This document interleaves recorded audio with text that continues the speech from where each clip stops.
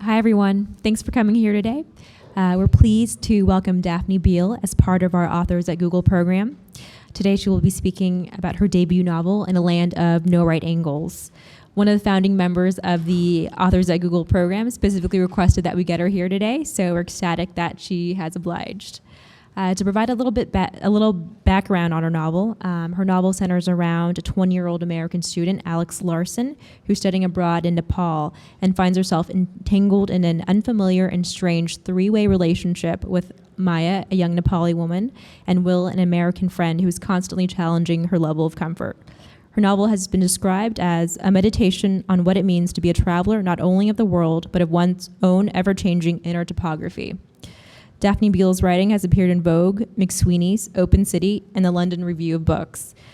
She was on the editorial staff of The New Yorker, where she was a New York Times Fellow. So without further ado, we're pleased to welcome Daphne Beal.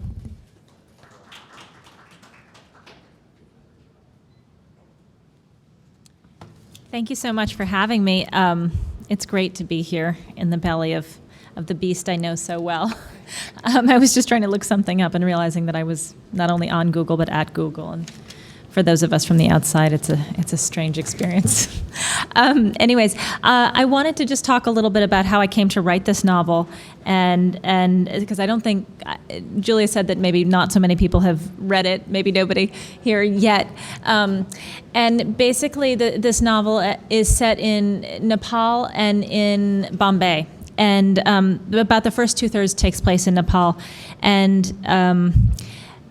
it is a novel. It's not a memoir, but I have actually spent a lot of time in that part of the world. And initially, I went there as a student in 1989-90, which was a really politically tumultuous year for Nepal. There was a big protest. Sometimes called a revolution, although quite small by the rest of the world's standards. And things began to change politically. It was really the beginning of democracy in Nepal, and it's been a pretty rocky transition over the last 18, 19 years. But I was really taken with the place, and I had ended up there really almost quite haplessly. I had been in school at Brown, and I was an English major. And suddenly I just knew I had to get out. It was a really political time on campus, and I had been working really hard academically, and suddenly nothing made sense anymore. So I just tried to think about where I could go that was really far away, and it was very important to me that I be in a beautiful place, physically, geographically, but also that it really look at the world quite differently. And I knew from the get-go that Nepal had a stronger oral tradition than a literary tradition. And I knew that religion played a daily role. I wasn't going and looking for a guru per se, but I was interested in what that meant to be in a place where Hinduism and Buddhism in particular were just woven into the sort of the daily texture of life. And so I applied to a study abroad program there, and I went and I stayed on. I was living for about $20 a week for the second part of my time there. I was there for about 6 months on my own, and then I came home and I kind of thought, okay, well, back to school and back to life as usual. But I did have an interest in writing, and I did find that I thought about this place inordinate amount. And it really kept coming back to me, and my life sort of moved on. I was briefly in California, and then I moved to New York City to work at The New Yorker, and I was still thinking about it kind of all the time, almost the way one might obsess perhaps over a boyfriend or something like that. I really couldn't quite let go, and it was for many reasons. I had met such interesting people there, and I had been changed by the place. In fact, it was sort of dumb luck that I ended up in Nepal. But it really kind of fit the bill in terms of getting me out of my one particular way of thinking up until that point. And so I went back after about 4 years, and then I went back again about 4 years after that. And I was really thinking about how I might be able to write about the place. And one thing that came up was after I first got back, I saw this beautiful photo essay by the photographer Mary Ellen Mark, and it had been published in about 1981. And it's called Falkland Road, which is the name of the oldest and perhaps most well-known red light district in Bombay. And I was so surprised to see so many Nepali faces in this book, because nobody had ever mentioned this phenomenon of these young girls going to work in the red light district in Bombay when I was there. And I had been there for 9 months, and I had really learned the language quite well, and I had been dreaming in Nepali by the time I left. And so it was so strange to me to see this thing that I just absolutely had no idea about. But in fact, by the time I returned in 1994, there was all sorts of talk about girls who were either being trafficked or choosing to go work in red light districts in Bombay and Calcutta and Delhi, especially, but other places in Nepal along the border as well. And partially that had to do with AIDS. And there was a lot of money coming in. I think AMFAR, Elizabeth Taylor's foundation, had designated something like $11 million in 1993 to any NGO that was working with AIDS. So 25 NGOs immediately sprang up that had to do with AIDS. And you couldn't talk about AIDS in Nepal without talking about returned sex workers, migrant laborers, all sorts of things. But girls who were coming back from Bombay and from other places were definitely being focused on, and there were prevention NGOs and there were rehabilitation NGOs. And so I really began to think about this, and I went back sort of formally to research it after I finished at NYU in 1998, and I spent 6 weeks in Nepal, and I spent 6 weeks in Bombay. And most of that time in Bombay I was spending on Falkland Road with some young Nepali women who kind of welcomed me into their home there. They were living, many young women and girls live in very restrictive circumstances in the red light areas, but these 3 young women in their 20s had a little bit more freedom. They were kind of there slightly more on their own terms. They were not earning a lot of money, and the conditions were not great, but they could kind of come and go as they pleased to a certain extent. So I just went and I spent time with them day after day. And I spoke enough Nepali that they were really able to share their stories. And in the instance of these 3 young women, they had chosen to be there in as much as they could choose to be there. None of them had fathers, and they all said, "Well, so we don't have dowries, so we can't get married." And then we're all sending money back to buy land to educate our sisters and brothers. And I began to think about this, and I wrote a nonfiction piece for McSweeney's at that point. But I really felt like fiction was the place where I wanted to put all these things I'd been thinking about for so many years. And shortly after that, I started writing this novel, and it takes place over an 8-year period. And the thing that I've borrowed most heavily from in my own life is kind of the timeline that I had being there, because I felt like it was such a politically charged time for Nepal, and also charged in other ways. I mean, the country was modernizing very rapidly in certain respects, especially in the capital. I mean, I watched it go from being a place that had 2 TV stations, sort of homegrown kind of little gong show variety shows, or maybe some sort of religious epics dramatized on TV, to being a place that had like 100 stations being beamed in. And then I was suddenly watching the Monica Lewinsky trials in Kathmandu and the World Cup and whatever else. But there was a kind of vertigo even for me, and I wasn't from this place. I remember being in one little village that only had solar power on a couple hours a day in the evening, and during the day I'd been with some of the young women in the village, like while they were scrubbing laundry on the rocks, and then that night we were watching ads for washing machines. And I just thought, this is so crazy for me. How could this possibly feel anything less than strange for them? And so I began writing this novel, and it happens in 3 sections, which is 1990, 1994, and 1998. And it follows this relationship of 3 people. There's Alex, who is, I'll just get it out there, who's 40% me and 60% every other backpacker I ever met. And then there's Will, who's a expat who lives in Kathmandu and lives quite well. He's sort of looking for enlightenment, but has a lot of young Nepali girlfriends. He's not exactly an upstanding gentleman at every turn. I quite like him personally. I've had other people tell me that they absolutely hate him. But I kind of find his his ability to just live exactly as he pleases is sort of intriguing. And then there's Maya. And Maya is this young Nepali woman. She's the same age as Alex, the narrator of the book. And they become friends. And in many ways, it's a story about where love and friendship intertwine and kind of about cross-cultural friendship, I guess. Let's see if there's anything else I wanted to... And I guess, the other thing about setting it in Nepal, too, was that I was really interested that this is this place that so many Westerners in particular have projected so much mythology on. I mean, it really is Shangri-La, and it is absolutely beautiful. I mean, it is the way it is, and forgive me if some of you know this already, but because it's where the East Asian and South Asian continents have collided and upsprang the Himalayas, and so there's this incredible abundance of flora and fauna, and this great variation in the landscape too. And it's never been colonized in any kind of formal way because the malarial jungles that are along the southern strip of the country, it's kind of shaped like this, but the southern strip was malarial jungles. So until the 50s, you couldn't go through there without having your soldiers all catch malaria. And then there are the Himalayas protecting it on all the other sides. So it existed in a certain amount of isolation for many years. I remember hearing stories about how former kings would have their Cadillacs brought in over the Himalayas on porters' backs on just, sort of one piece by one piece, or, whether it was Belgian crystal or whatever, but that was the way to go in because there weren't major roads going in for so long.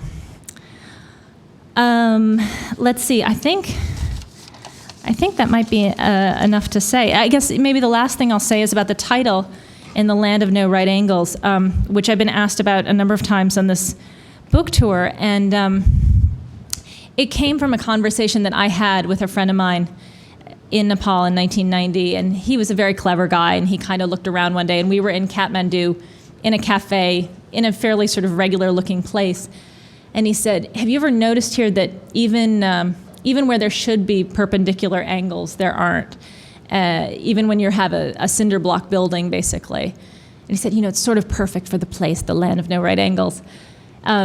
Because there are so many ways to look at things within the culture. But also I thought it was kind of perfect. So it always stayed with me, but I thought it was kind of perfect too for this character who is so much an outsider and so much wants to be an insider and to really understand and to have this kind of handle on this place and to be able to sort of participate in this culture and not screw up and not mess up the lives of the people around her. And sometimes she's successful and sometimes she doesn't. But she is a photographer, so I thought no right angle seemed sort of perfect too for her. And with that, I think I'll just read you a little bit of the book. And I'm going to start at the very beginning, again in 1990. And this is Alex talking. It started out as a little adventure, or an adventure tagged onto an adventure. I was 20 and about to go trekking in the central hill region of Nepal by myself after living in the country for almost 8 months when I mentioned it to my friend Will. We were at a party on the rooftop of a small hotel high on a hill at the western edge of Kathmandu. And when I told him where I was going in a few days' time, he lit up and asked if I could do him a favor. It'll take you an hour out of your way, 2 tops, he said, as we looked out at the low-slung ancient city twinkling before us. Sure, I said. 2 hours was nothing when you were talking about a 2.5-week trek. Besides, the errand sounded interesting. He wanted me to find a girl he'd met the year before and give her a message. As it was, the purpose of my solo trek was not only to take pictures, but to say goodbye to the people in a remote, hardscrabble village called Jankat, where I'd lived for a month in the winter. And it all seemed a little melancholy. I was pleased to add a more cheerful mission. With a map to the girl's house and a photograph, I took a bus to Gorkha and started walking north. Okay, then 4 days later. When I couldn't find anyone to walk with the next day, I started due south along the river to Tatapani, the town where the girl lived, knowing from Will's description that I didn't have a long day ahead of me. It was an easy walk compared to the day before, and I met enough people along the way that I didn't mind being alone. I expected to be there by about 3, but it was almost 4 when the rain began, and I still hadn't passed any of the landmarks he'd mentioned. It was a gentle rain at first, sim-simi, like little beans Nepali say of the soft, steady rain, and I wasn't fazed by it. It even felt good after the midday heat. But soon enough, it was a full-on downpour, a kind of preview of the monsoon to come, and my skirt, an ankle-length flowered lungi, same as all the village women wore. Long underwear, double layers of socks, and boots were soaked through. Every step was audible now, not just the footfall, but the slurp, squish, squelch that followed. Only a small section of my torso that was squarely under my poncho qualified as damp, and I scanned the trail for signs that I was getting close. A water tap, a clearing of wild pot plants, a sharp bend in the path. But more than an hour after I should have seen them, with no let-up in the rain, I came up with nothing. There was no one to ask, and no porch overhang to stop under. Just as I decided to speed up to make it to the lodge I knew about, I saw a little path to my left, looked around, and jogged a few steps through the dripping underbrush, my pack thumping against my back as I went. Then I saw the thatched roof, tall and pointy, thick with straw, and the solid gray stone walls beneath it. I felt like Gretel at the Candy Cottage. A well-built house, Will had said. This had to be it. As I got closer, I saw a porch on the far side of the house, and on it, under the eaves, a girl, maybe 17, leaning against a post, holding a big tin water jug to her hip and watching the rain, as if she were reading something in it. Her attitude, wistful and contemplative, was familiar in a way that few things were here. People, by and large, were so rooted in their lives, their minds never seemed to float too far away. "Namaste, little sister," I called, and she swung around and grinned. "Namaste, big sister," she shouted, as if she'd been expecting me. "Come quickly." She set down her jug and helped me off with my pack and onto the dry porch, whisking away my poncho to a covered line at the far end. The whole wall facing the river and porch was open, and Nepalis and Tibetans were gathered in the dim light of the late afternoon, drinking from tin cups. I propped my pack against a near wall, yanked off my boots and socks, and went to sit by the small cooking fire at the front of the room, tended to by a cheerful older woman who had to be the girl's mother. "Roxy or tea?" she asked with a sly grin. "Tea, please," I said, practically sticking my long, bony, freckled feet in the fire. I wanted all my wits about me. The woman chortled. It was a little test on her part because a woman, especially a young woman, really didn't drink. An older village woman had earned her right, and high-caste women just didn't drink at all. So she was sussing out. Was I in fact a foreigner who didn't know all the rules, or one who knew them and was willing to flout them? I was so cold and sodden I might have had Roxy if I weren't there for such a specific reason. That, and if the drink hadn't tasted so much like lighter fluid the few times I'd tried it. Holding the hot metal cup close to my face, trying to drive off the chill, I answered all the usual questions. What country was I from? Where did I come from that day? How long had it taken me? The woman was clearly pleased that I could speak Nepali. I shaved off more than an hour so that I didn't look too pathetic. Did I have a mother, father, sisters, brothers? Why was I traveling alone? Had I eaten? When I told her I hadn't, the woman offered me some cold boiled potatoes with salt, which I gobbled up. I knew it wasn't the best idea, eating food that had been sitting around, but my stomach needed something to chew on besides itself. Then I asked about their family, crops, chickens, the weather, and also, because I wanted to be sure, the name of the place. Tadopani, the woman said. I should add here that Tadopani actually means hot water, and that hundreds of little towns in Nepal are named Tadopani because it means there's a hot spring nearby, but it actually also turns out to be kind of an apt place for Maya to be from. It was the right name, though Will made it sound like it would be at least a small town. As far as I could tell, this was the only house. Then I put on my best, chipper, happy-go-lucky tourist voice and asked, "What are your names?" It was a strange question for this place. On the one hand, it was private, and on the other, irrelevant, because even between strangers, people called one another daughter, sister, mother, aunt, or brother, father, uncle, son. Occasionally, I was Hajur, which meant sir, or Memsab, but mostly I was Didi, which meant big sister, or very occasionally Baini, which meant little sister. But the girl's name was Maya, it turned out, which again was good. Still, I couldn't be sure she was who I'd been sent to find without getting out the photo Will had given me. The truth was that most women and girls in the region were named Maya, which means love in Nepali, magic in Hindi, illusion in Sanskrit, and is also the name of the Buddha's mother. When I came downstairs, so she asks to stay the night, and they tell her yes. When I came downstairs, cradling my camera, the house was emptying out. The rain had stopped, and everyone else was preparing to get in a few more hours of walking before night fell. Only the trees and eaves were dripping as people adjusted the ropes across their foreheads that held the heavy baskets on their backs. A black-eyed mother and son caught my eye. She was barefoot and wearing a kind of shapeless, thick felt cloak and hood with a basket, and he was in a dirty ski vest with a backpack and a knitted cap. They seemed to span about 100 years between them. I asked if I could take their picture, and like so many people in the hills, they looked into the camera unblinkingly, clear-eyed and mysterious. It was the only word for it sometimes. High above the narrow river valley, the sky was bright blue with long, thin white clouds sailing by, colliding and breaking apart over and over, casting a pretty quicksilver light. Maya sidestepped a chicken and her bedraggled chicks as she led me down a path to the river. I minced along at a distance, trying not to get stung by nettles. A couple 100 feet down, after we passed a boulder the size of a small shed, I called out to her, "Baini?" She turned. "Will you come here a minute?" She doubled back nimbly as I got out the photo. "Do you remember a year ago 2 foreign men stopped here and you asked one of them to take you to Kathmandu?" She set down the jugs to examine the picture. "He spoke Nepali, and he said he had to go north to meditate for a month, so he couldn't take you with him." She held it close to her face, as if some detail would make it all clear. "When he stopped by again a month later, your father told him to go, or he would cut him with his kukri." Excuse me. She suddenly lit up with a grin. "Yes, I remember him." "This man here?" she asked, pointing at the picture. "Yes," I said. Yes, he was with another man. I wanted to go with them to Kathmandu," she said, repeating things I'd already told her. I couldn't tell if she really did know Will's face or not.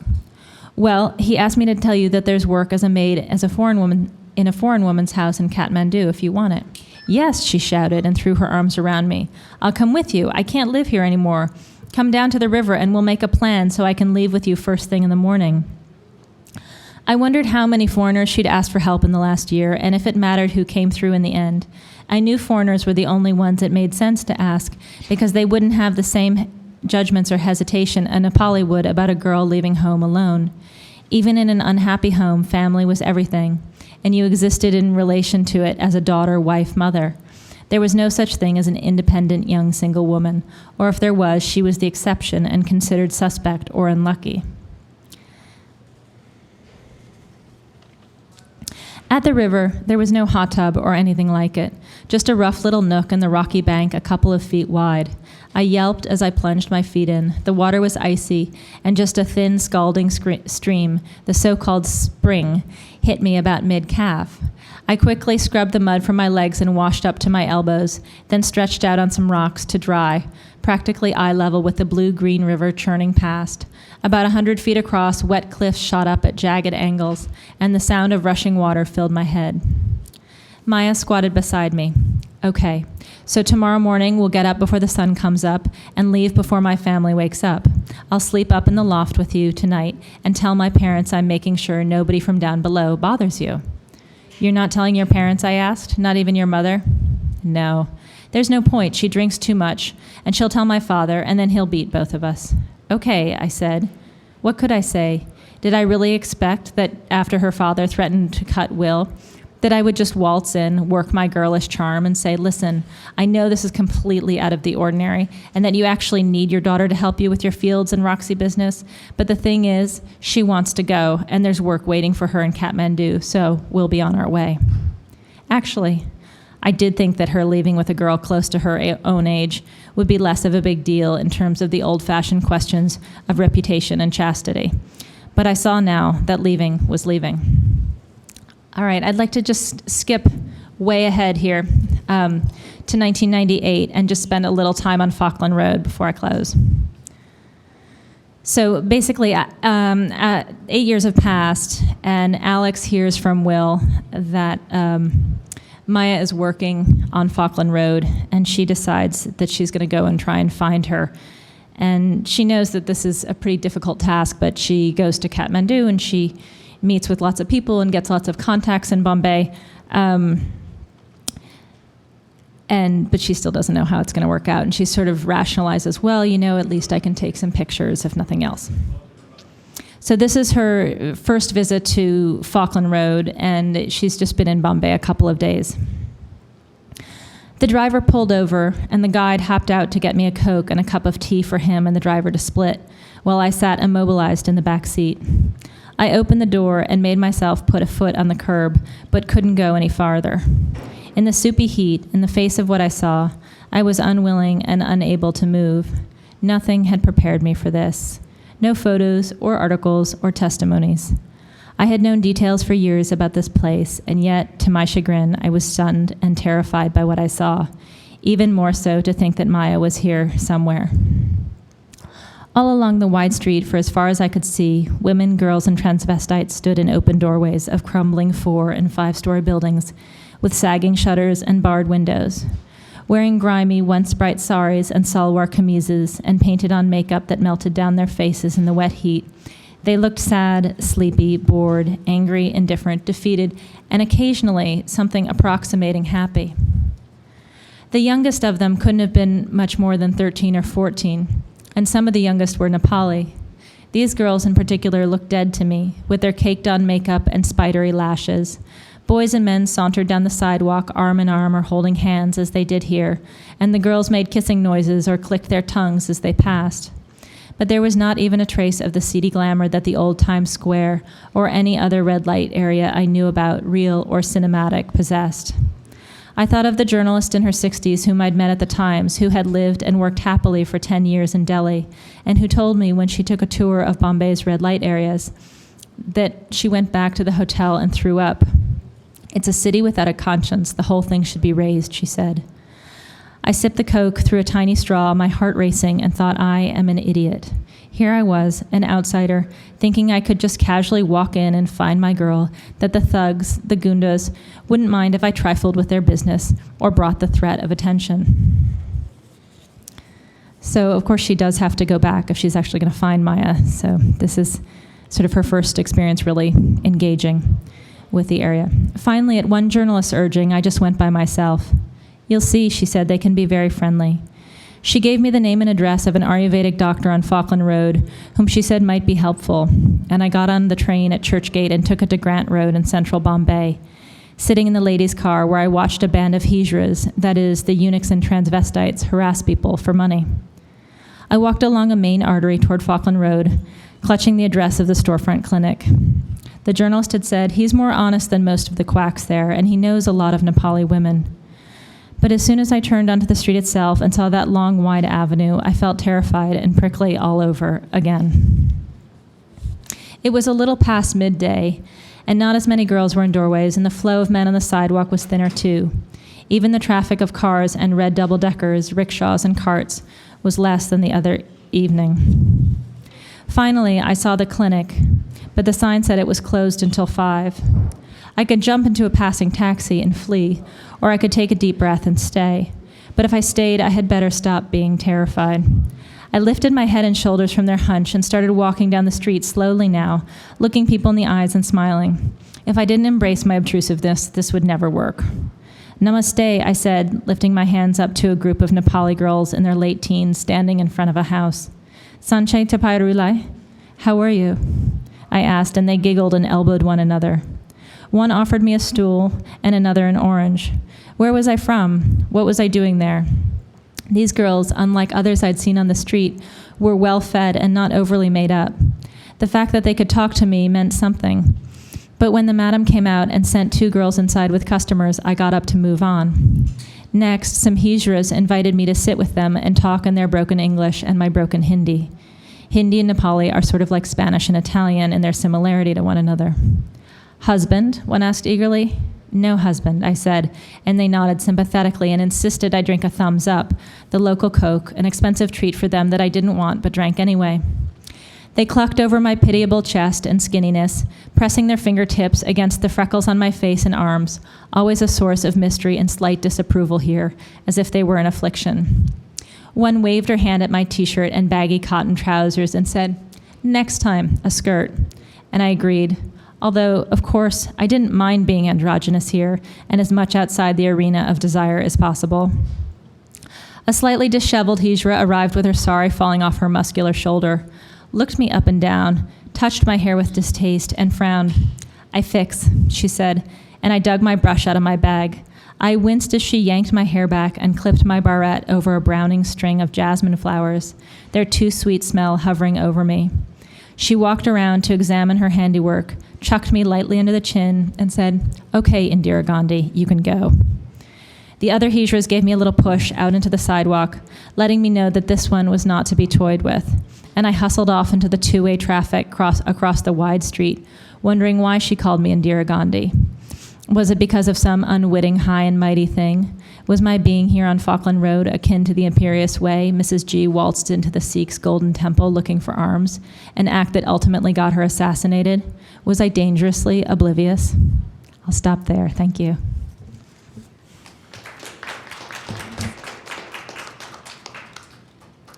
I'm happy to answer any questions people have. So I had one question about the character Will. Yeah. So I felt that he was definitely one of the most intriguing people in the novel. One of the most intriguing people? Yeah. Uh-huh. In that I found myself wanting to keep him accountable to his actions, but found him very slippery. Yes. And I also noticed how I felt like he was one of the characters that didn't evolve through the novel. And so I was wondering what your thought process was for creating the character Will. Well, Will was definitely kind of a struggle for me, and that I liked him, but the first time I sent this book out and it wasn't accepted, a lot of the problems people had to do with Will, and they just found him so totally repulsive that they lost sympathy for the other two characters because they couldn't understand why they kept hanging out with him. And then ultimately, when the novel was accepted, my editor said, "Okay, and now we need to make Will more sympathetic." I had rewritten the novel to try and make him more sympathetic, and then I needed to make him more sympathetic still. But I realized that he is the character who really doesn't change very much in the course of the novel. I mean, he sort of gets older, and he has, his lifestyle maybe changes a little bit. Maybe he's, smuggling gold instead of hash, or I don't know.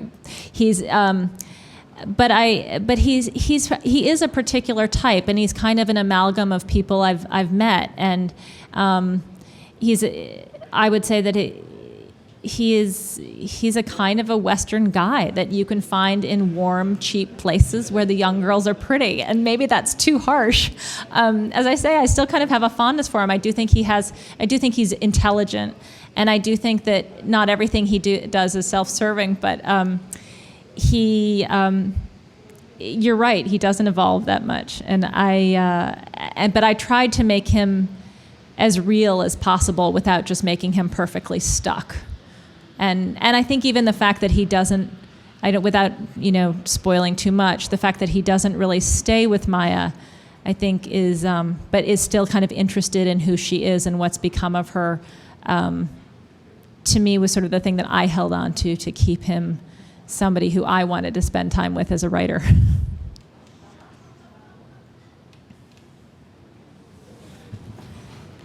And I also had another question about your experience on Falkland Road, where there were some women there who were sort of there of their own volition, and they were trying to make money to send home to their families. Mm-hmm. And did you find that they did in fact stay for a little bit, make enough money to go home, or were they sort of sucked into that lifestyle and found it difficult to leave?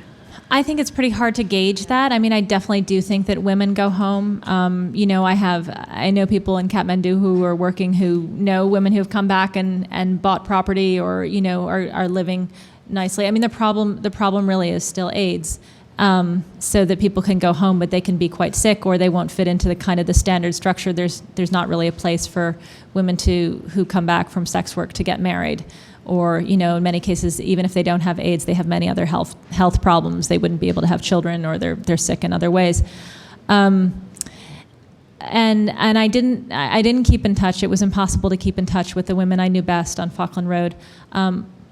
I'm an optimist. I like to think they went back and are sitting pretty and are people all around them are being appreciative of all the hard work they've done. But I think the reality is that it's tough, and they're living so much under the radar. And there's actually amazing work being done in many of the red light districts in Bombay, organizations that are helping women with basic rights, getting their kids into school, getting rations for cooking fuel and rice, and health care, and also providing childcare for the women's children, especially at night, so that they don't have to sleep in the same room while their moms are working.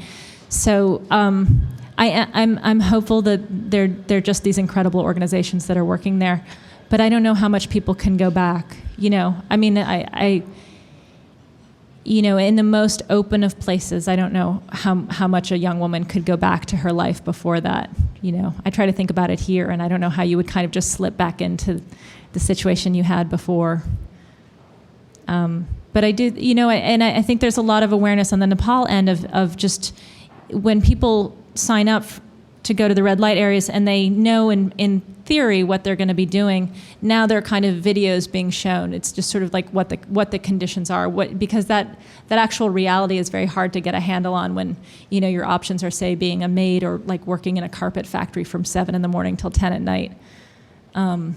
And there are more options certainly in Kathmandu than there used to be. You mentioned that the women sort of got into this because they couldn't get married because they didn't have a dowry. Is that a political thing? Is that a cultural thing? Is there any political will to change that in the countries where that's an issue? Is dowry being changed? Yes. In Nepal in particular? I don't know. I don't know how one would change that because it's not a law. So, I know that in India there's a lot of talk about decreasing the importance of dowry, but I don't know that about Nepal. I haven't heard much talk about that. I think it's still pretty standard. But I think I'd like to think that people have more say in their path. And I heard a wonderful story last time I was in Delhi, which was in January of 2007, which was a story about and this was not a Nepali woman. This is kind of unrelated, but it is a dowry story. And on this woman's wedding day, the groom's party came to her house, and they had been asking for a lot up until then. And then they came with finally more demands. I don't know if it was a flat screen TV or a car or whatever. And she finally just looked at them. She said, "No, this is not what this is about." And so she refused to marry the man who she was supposed to marry. But a few days later, somebody in the groom's party came to her and he said, "I so appreciated the way you stood up for yourself, and would you marry me? Because I think you're pretty great." So it was just kind of anecdotal, and a journalist told me that in Delhi, but.